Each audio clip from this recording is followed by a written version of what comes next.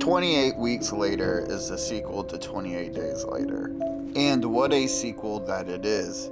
The beginning of this movie is absolutely insane. Easily one of my most favorite openings to a movie I've seen.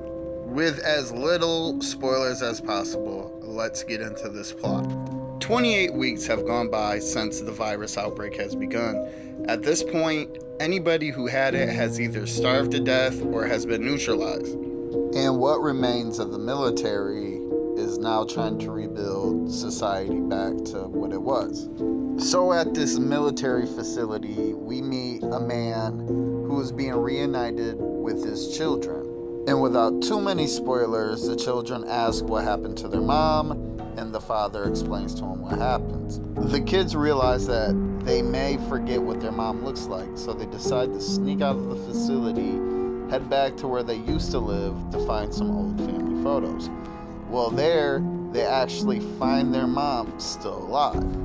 Well, the whole thing with the mom is that she was bit, but there's something in her genes that allows her not to become, she's not immune per se because she's still a carrier, but she herself hasn't turned, but she still carries the virus.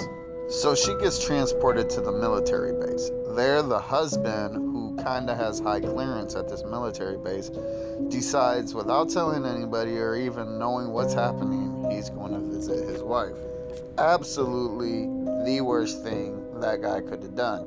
So he gets there, sees his wife, exchanges some dialogue without spoilers, and kisses her. Well, he doesn't know that she's infected, and literally saliva is one way to spread the infection. Well, in this verse, people who are infected turn within 15 to 20 seconds. So almost instantly, the husband turns into a homicidal maniac. He begins to then kill his wife, who is tied down on a table, and bite into her. He then escapes, and the whole cycle starts. Everybody he bites becomes infected. And then what we have right here is a brand new outbreak. So the higher ups in the military base realize, oh, an outbreak's happening and we can't control it. So they decide to basically start killing everybody, zombie or not zombie. It's the only way to contain the infection. So that happens, a bunch of hell breaks loose, and Hawkeye's in it. Forgot to mention, Hawkeye, he's a sniper, he's sniping people, realizes that his orders are kind of wishy-washy, decides to rescue the people who are the survivors. So the government decides to bomb the whole area. So basically, from this point on, the whole movie is about the survivors trying to escape the military facility. So not only are they trying to escape the infected, they're trying to escape the military personnel that is, given the orders to murder anybody on sight.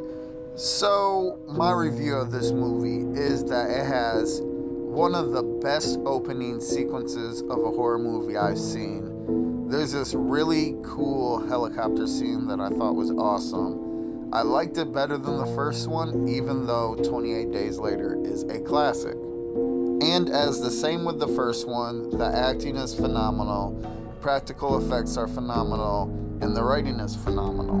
But I would rate this one a little higher just because that opening scene was very, very, very good. So with that said, I'd rate 28 Weeks Later an 8 out of 10. Excellent movie. And of course, if you own 28 Days Later, you must own and watch 28 Weeks Later.